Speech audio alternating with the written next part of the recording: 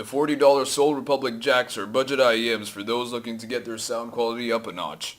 Are these IEMs worth your time and money? Let's find out.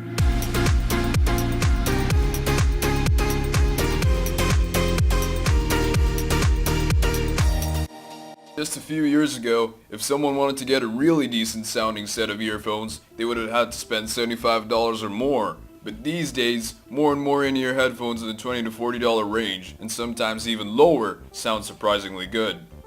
Soul Republic's $40 jacks in-ear headphones fall into this category, offering strong bass along with good clarity in a lightweight pair of earphones that are comfortable to wear.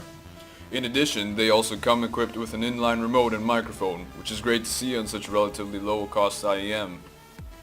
The only downside to these jacks earphones is their appearance. Some people may not mind the plasticky build and appearance and may be able to ignore it because of the good sound performance these IEMs deliver.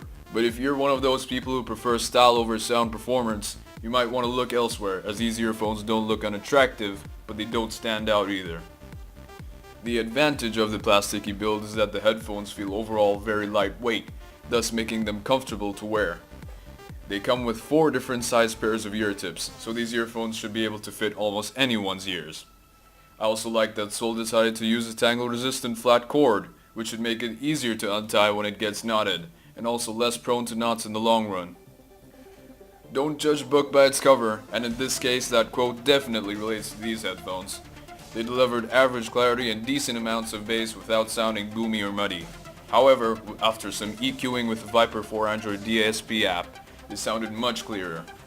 Also, they sounded fairly open, and stereo separation was decent too. However, I noticed that microphone X were a bit louder than some of the other IEMs I use, like the Sony Vita IEMs, which I love to death. After comparing these headphones in sound to the Sony Vita IEMs, it was clear that the Sony Vita IEMs were undoubtedly better. They offer significantly better high and low end after EQ.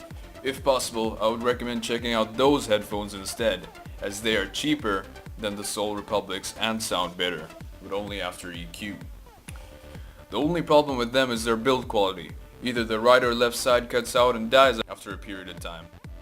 I bought 2 pairs of those headphones and the first pair died after a year. The second pair died after 6 months.